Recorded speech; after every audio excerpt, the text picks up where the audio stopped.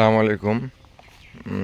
এই যে আমরা ওই যে গুটি কলম করার জন্য যে আসলে মাটির সাথে ভার্মি আমরা মিক্স দিতেছি, মাটি আর ভার্মি আর এই যে বস্তা, ঠিক আছে, আর তারপরে এই যে দড়ি, এটা দিয়ে আজকে মিক্সড করে ইনশাল্লাহ গুটি কলম সম্পন্ন করব। সবাই দেখতে থাকুন।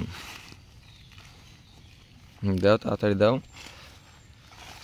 বাস মোটামুটি হয়ে গেছে তো, হাফ হাফ হলে হবে। হ্যাঁ, বাস হয়ে গেছে।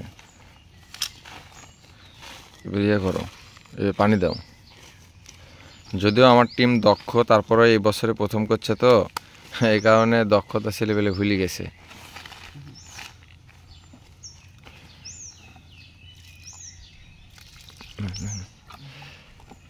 আমার ওই বাগানে সমস্ত কলম করেছে আমার এই যে আমার টিমের মেম্বার, এটা আমার বেটা।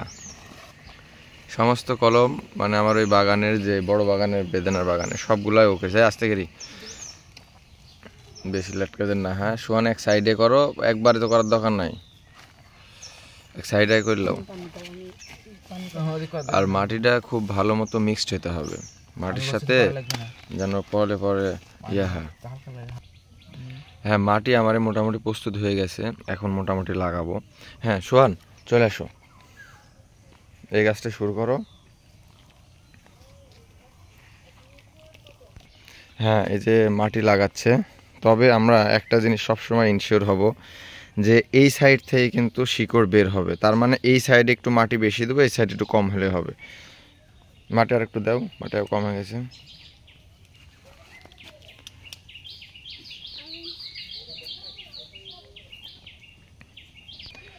আর একটা জিনিস আমরা দিই আপনাদেরকে, এটা দিই, সেটা হলো এই যে এটা হলো আমার এলাকায় এটা বলা হলো বাতরাজ, মানে আপনার এলাকায় পানা বা অন্য কিছু বলে। এই বাতরাজের শিকড় আমরা দিয়ে দেবো কিন্তু। এই যে বাঁধা হয়ে গেছে, এখন বাতরাজের শিকড় কাটো। বাতরাজের শিকড় আমরা এইভাবে ওর সাথে জোড়ে দেব। এই যে বাতরাজের শিকড় সুন্দরভাবে জোড়ে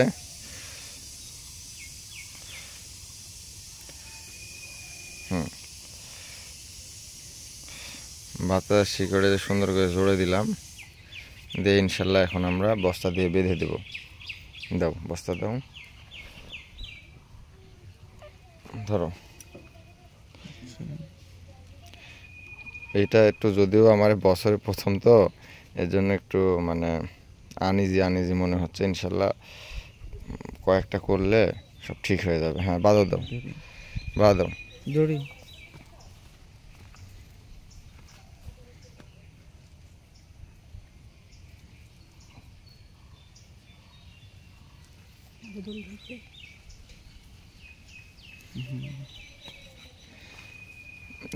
কলমটা প্রায় প্রস্তুত হয়ে গেল।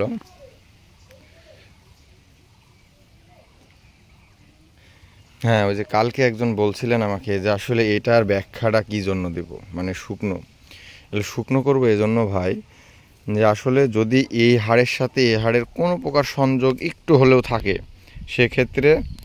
সেক্ষেত্রে আপনার হবে না, মানে আপনার এই দিক থেকে সে খাদ্য গ্রহণ করার চেষ্টা করবে। সেই খাদ্য গ্রহণ করার চেষ্টা করলে আপনার এখানে আর শিকড় বাড়াইতে দেরি হবে। আর যদি এখান থেকে এটার সাথে এটা কোনো কানেকশন না থাকে, শুকনো করলে কি হয়, অনেক সময় দেখা যাচ্ছে যে অল্প একটুক থেকে যায়, ওইটা থেকে আবার দেখা যাচ্ছে যে কুশি বেরোতে দেরি হয়।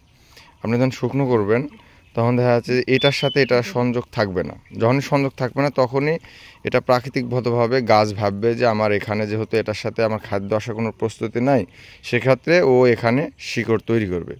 এর জন্য আমরা এর জন্য আমরা 1 দিন অথবা 2 দিন শুকাই। আরও বেশি দিন শুকালে আরও বেশি ভালো, তবে আমরা 1 দিন 2 দিনের বেশি শুকাই না আর কি। তো এই যে আমাদের কলমটা রেডি হয়ে গেল, ঠিক আছে।